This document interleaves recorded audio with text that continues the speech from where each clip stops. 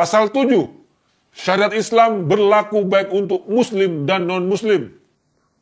Negara memperlakukan syariat Islam atas seluruh rakyat yang berkewarganegaraan khilafah Islam baik Muslim maupun non-Muslim.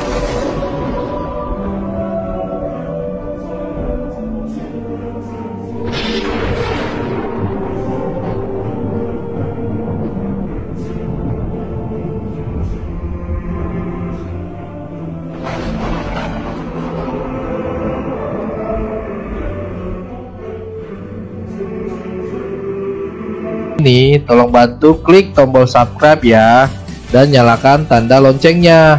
Mari kita sama-sama memuliakan nama Tuhan Yesus di media sosial, khususnya YouTube. Gratis kok, nggak bayar. Saya hitung dari 3 ya. 3, 2, 1. Terima kasih. Tuhan Yesus memberkati. Selamat menonton. Shalom, Om Swastiastu, salam kebajikan bagi kita semua, dimanapun kita berada pada saat ini. Kiranya kita semua tetap berada dalam keadaan sehat, dan apapun yang merupakan aktivitas kita sepanjang hari ini, kiranya Tuhan Yesus memberkati kita semua. Dan kembali berjumpa lagi di channel Gereja YouTube.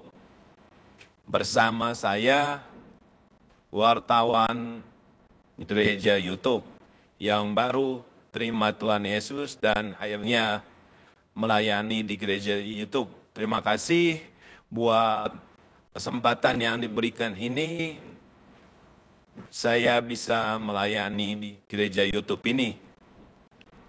Baik, terima kasih buat teman-teman semua dan juga para sahabat yang sudah mendukung perkembangan channel ini dengan setia. Dan kiranya kita tetap menggunakan untuk menjadi berkat bagi semua orang, khususnya saya sendiri.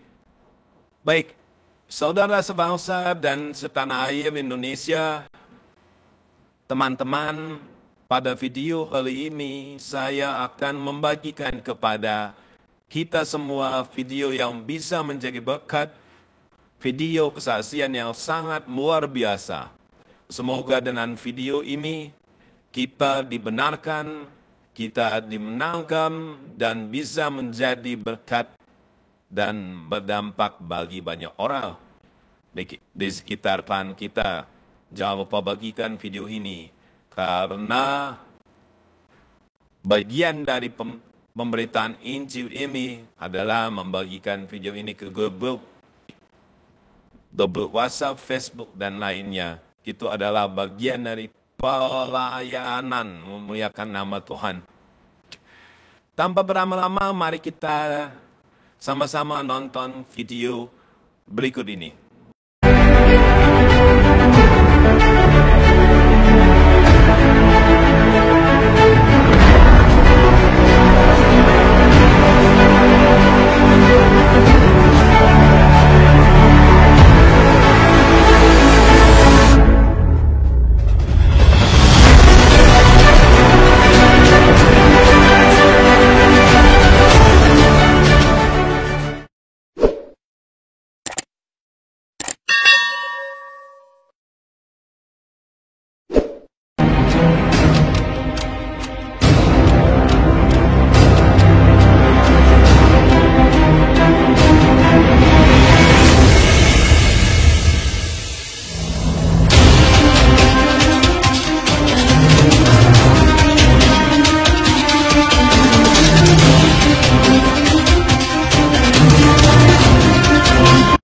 Assalamualaikum warahmatullahi wabarakatuh. Salam sejahtera untuk kita semua. Shalom, shalom alaikum.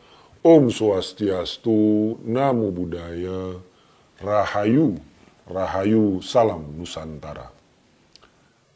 Tidak banyak yang tahu kalau Hizbut Tahrir Indonesia HTI sudah menyiapkan UUD Negara Khilafah.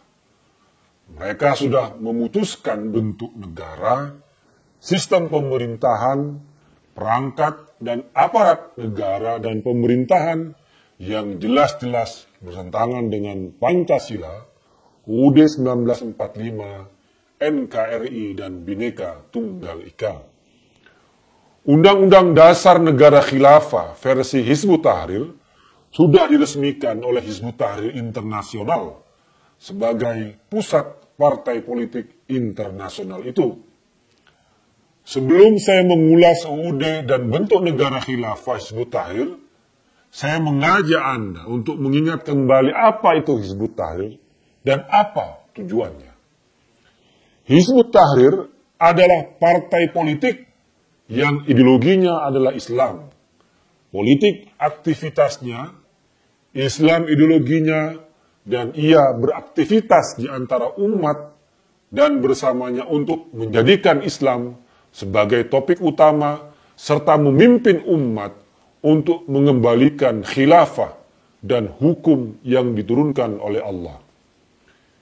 Hizbut Tahrir adalah organisasi politik, bukan organisasi spiritual seperti tarekat, bukan organisasi ilmiah atau akademis seperti lembaga riset, bukan organisasi pengajaran seperti madrasah, universitas, sekolah, bukan organisasi sosial kemasyarakatan yang melayani soal sosial, ekonomi, pendidikan, dan kemaslahatan masyarakat.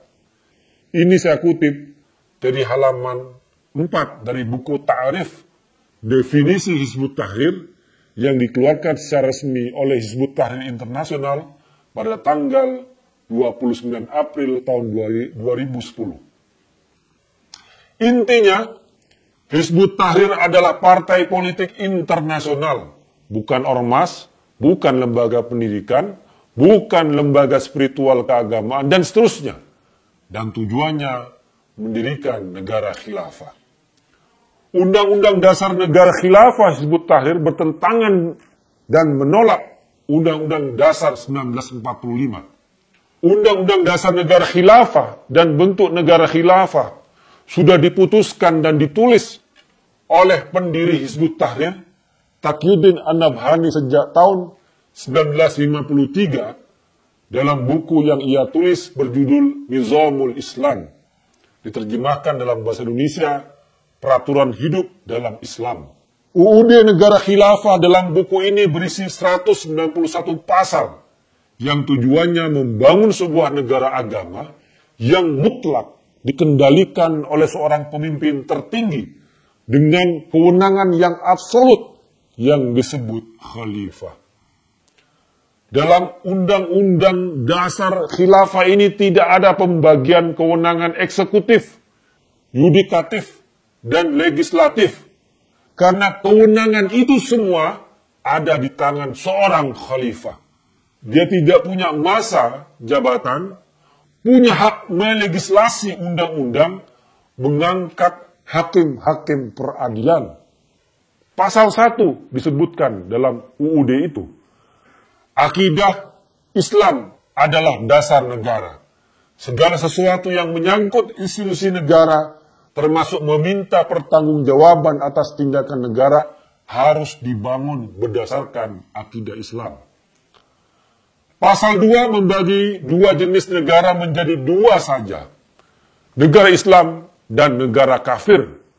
Dan menurut buku Ta'rif Hizbut Tahrir disebutkan, tidak ada satupun negara di dunia saat ini yang bisa disebut negara Islam. Semuanya negara kafir, meskipun penduduknya mayoritas Muslim. Karena menjalankan hukum kafir, termasuk Indonesia, ini di halaman 14 dan 95.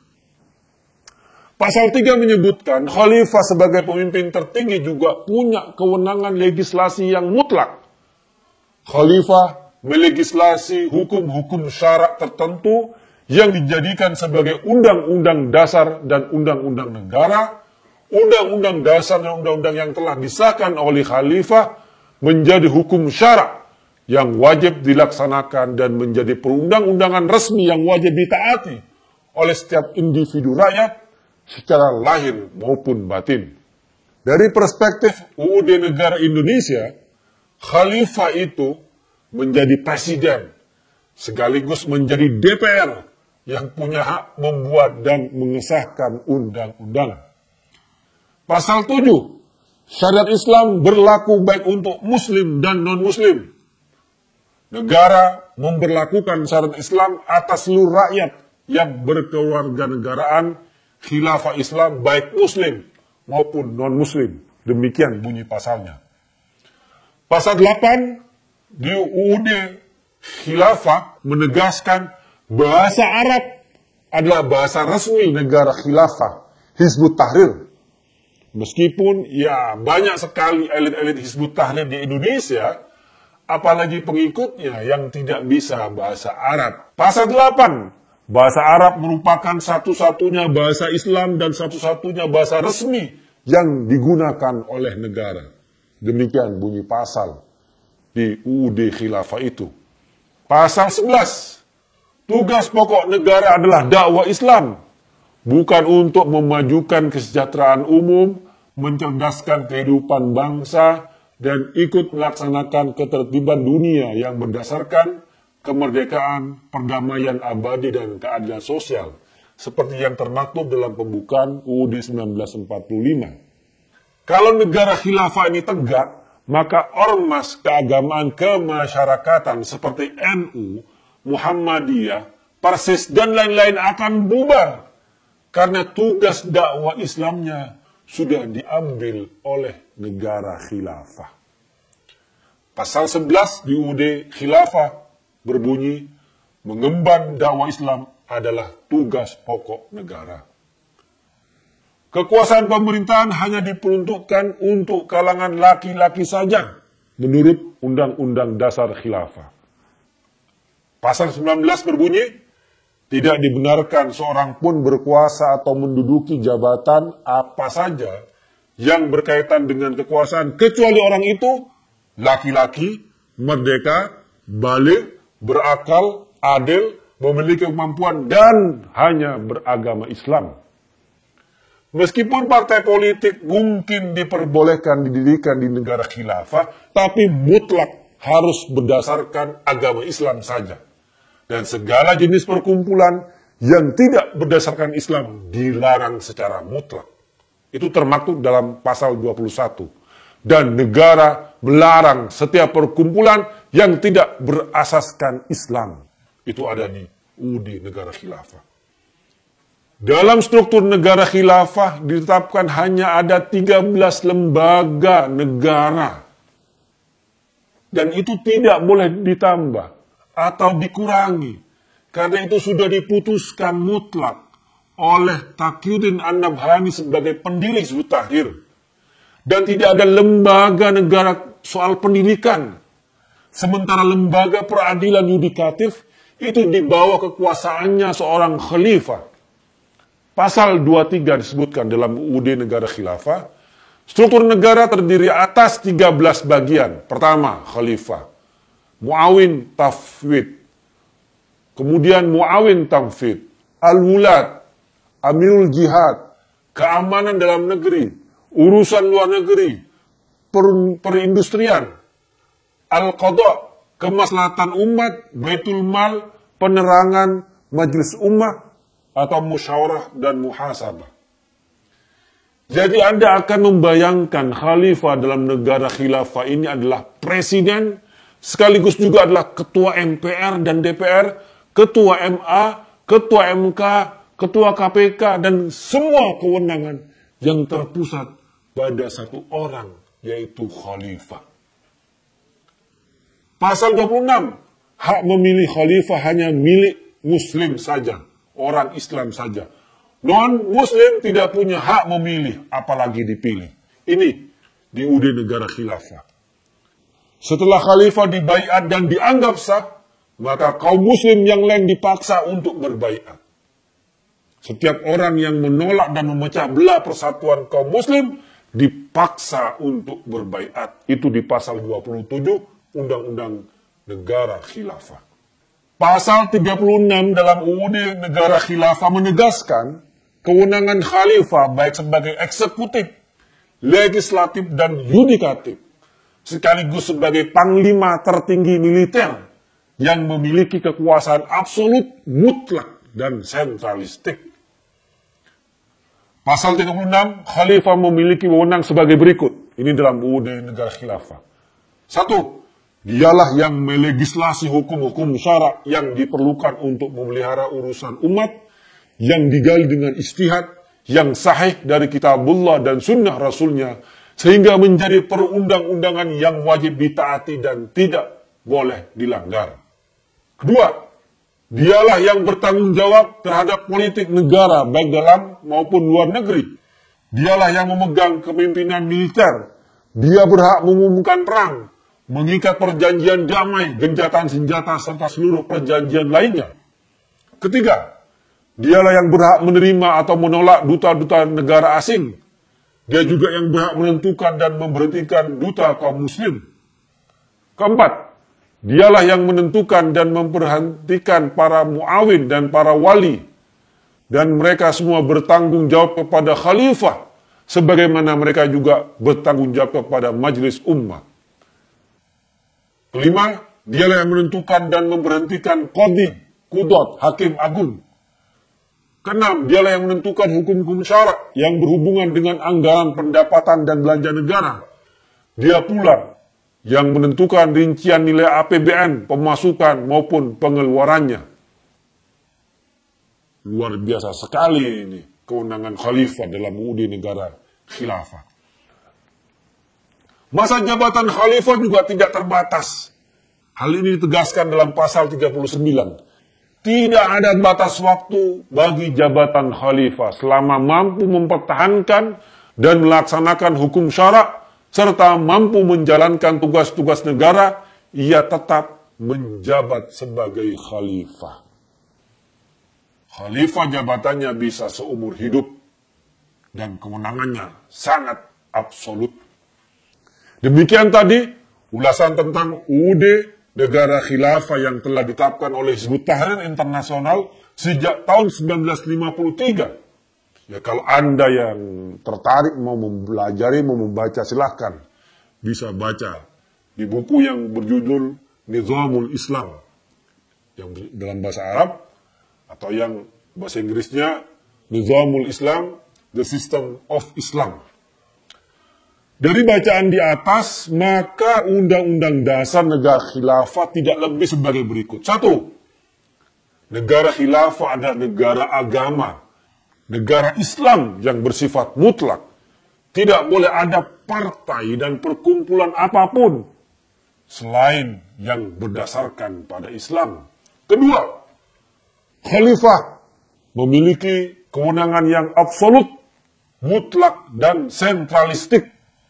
Kalau kita bandingkan pada sistem pemerintahan saat ini, seorang khalifah itu juga selain juga sebagai presiden, dia juga jabatannya sebagai MPR dan DPR, sebagai Mahkamah Agung, sebagai Mahkamah Konstitusi, sebagai KPK pemberantas korupsi, dan lain semuanya.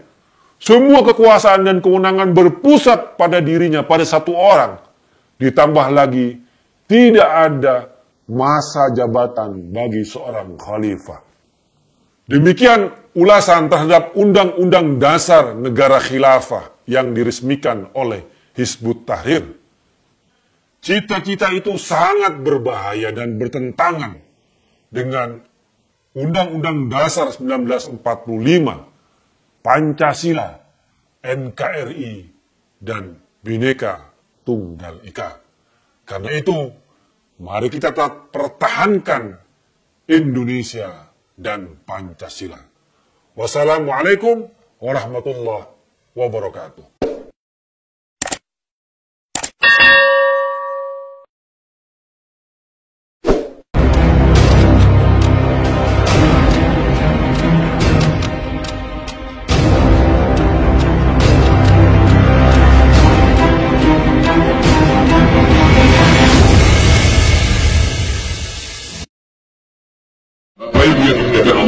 Oleh sebab itu, solusi penyelesaian umat ini hanya apa itu? Khilafah. Itu khilafah.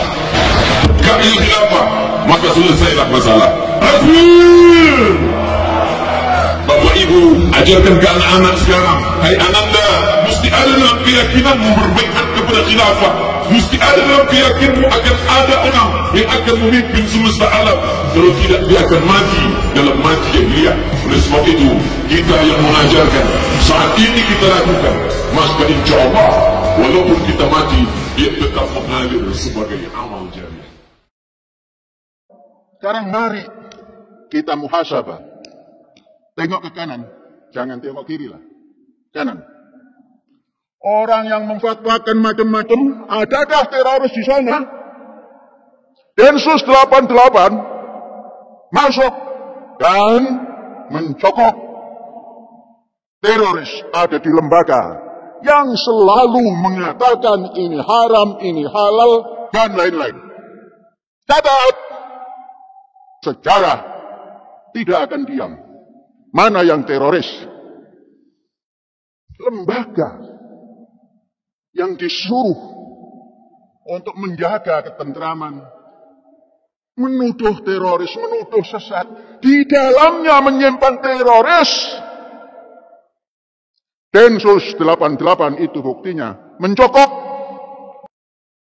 Wa ma ja'ana minal ulama hum rijal, nahnu rijal. Dia laki-laki, kita pun laki-laki. Apalagi yang ecek-ecek, nggak masuk.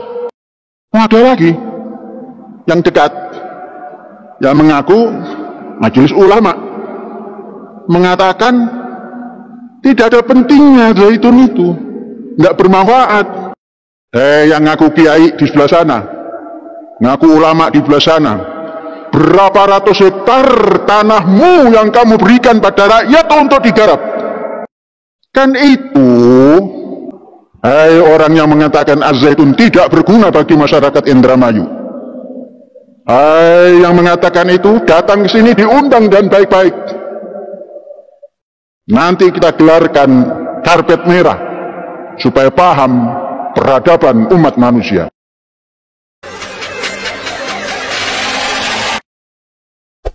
Hey there, subscribe to my channel and also press this bell icon.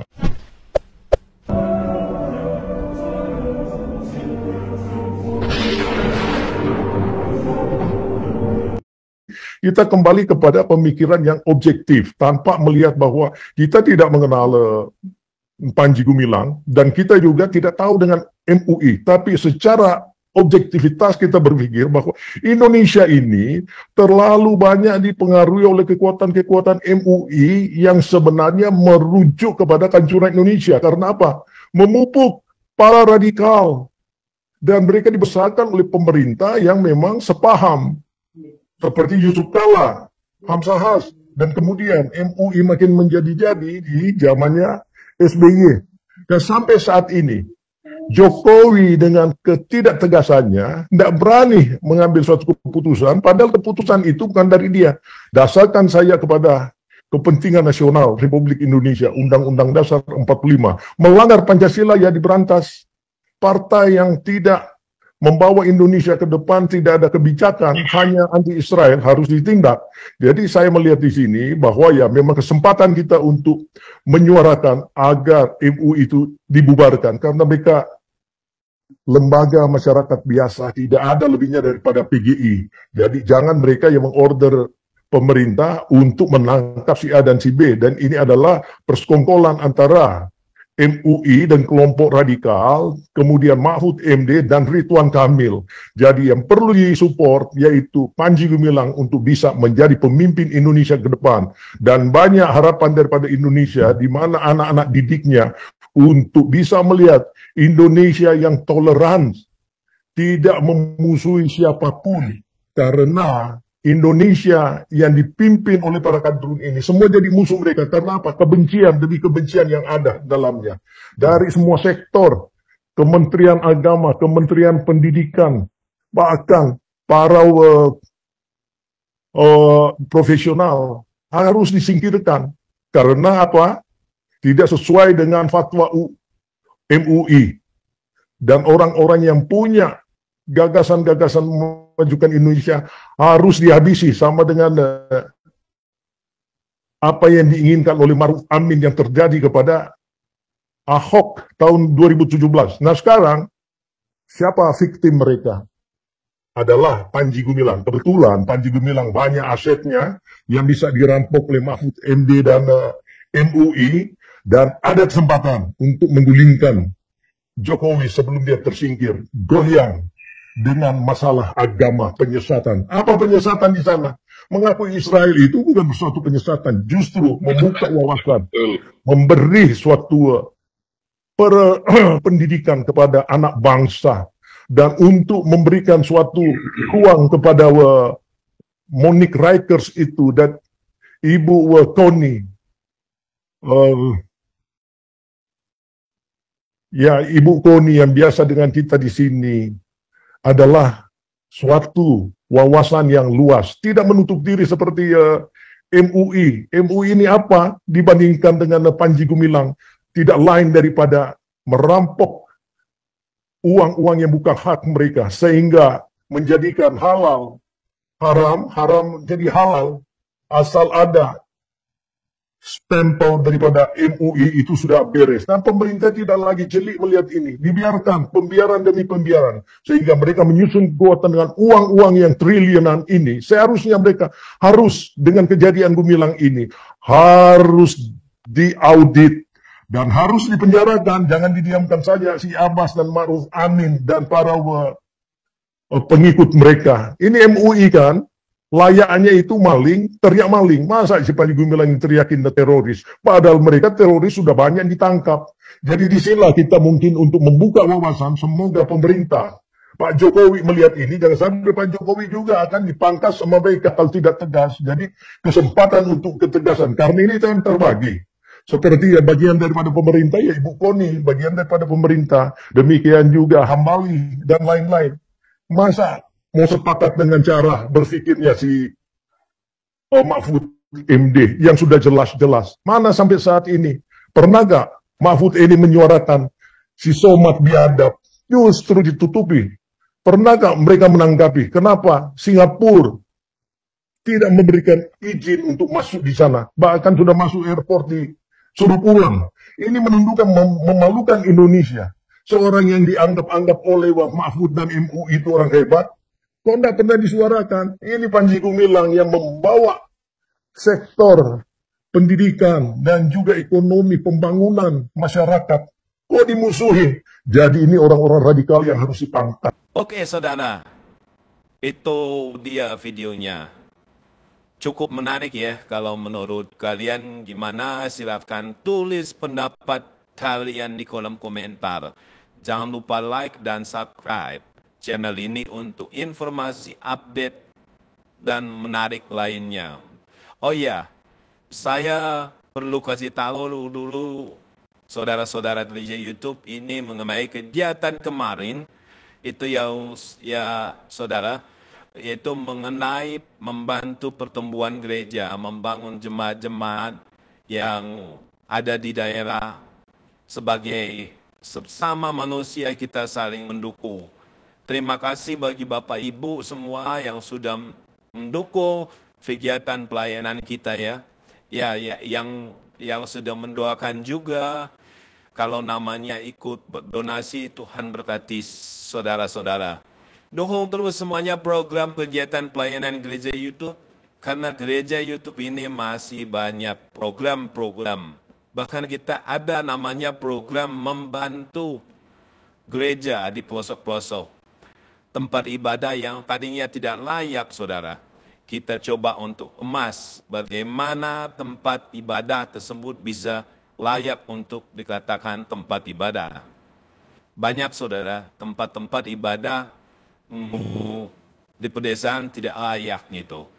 Bahkan bisa dibilang tidak pantas disebut tempat ibadah gitu ya. Membahayakan jemaat. Maka dari itu kami gereja YouTube mencoba membuat kegiatan CMC, yaitu Gerakan Membangun Gereja. Tujuan dari CMC ini tugas dari CMC ini banyak, saudara. Salah satunya, selain membangun wujud atau raga gereja, atau dibilang fisik, biar layak digunakan, Selain itu mencoba untuk sampai ke legalitas perizinan gereja tersebut gitu ya. Jadi selama ini kan banyak sekali gereja ditutup karena alasan IMB atau alasan nggak punya izin dari SKB 2 Menteri. Kita bantu coba agar gereja-gereja yang tidak memiliki izin, gereja bisa sepantasnya layak untuk perizinan. Gitu ya saudara. Nah kalau mau tahu kegiatan kita, mau tahu sampai mana proses kinerja gereja YouTube, soal GMG ini, ayo jadi member gereja YouTube.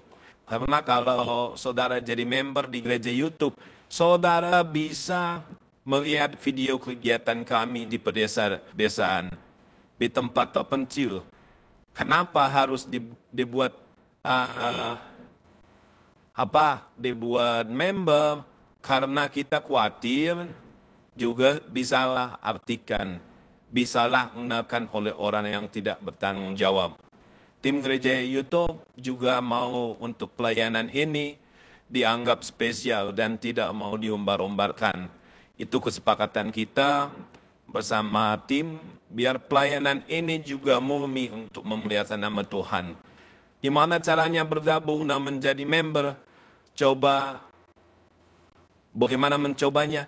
Saudara bisa klik tombol bertulisan terima kasih.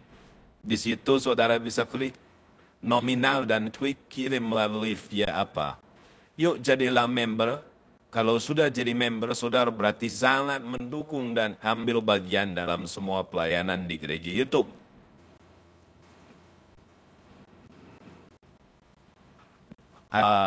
Saudara juga bisa mendukung dan ambil bagian dalam pelayanan gereja YouTube ini. Selain itu bisa berdonasi untuk pelayanan ini melalui nomor rekening. Nomor rekening yayasan kami bisa ada di kolom deskripsi setiap video-video yang ada. Karena gereja YouTube juga tentu butuh dukungan dana Bapak Ibu.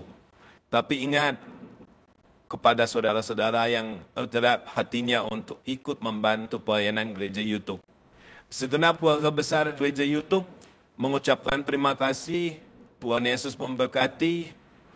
Saudara-saudara, satu lagi, ada yang nanya, berapa sih bisa dukung untuk kegiatan pelayanan kita di daerah ini, Bang? Saudara-saudara, untuk mendukung pelayanan ini berapapun bisa, saudara.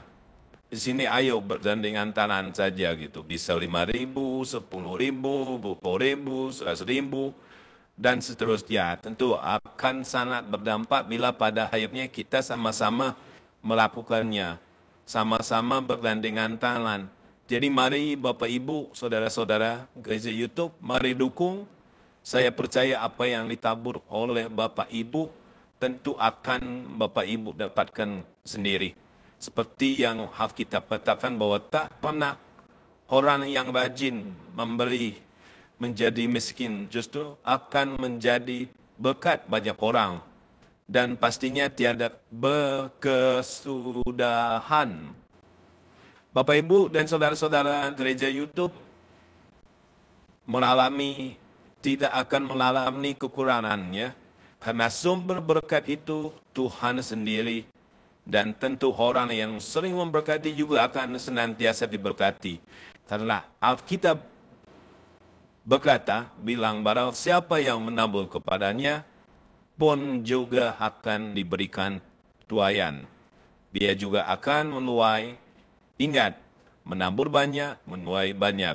Menabur sedikit, menuai sedikit. Saudara-saudara gereja YouTube, udah paham kan tentang hal ini? Tapi yang jelas, poin terpenting adalah apa yang bisa kita buat, apa yang bisa kita bantu. Itulah yang paling penting. Mari kita saling bahu-membahu. Ya, saudara-saudara.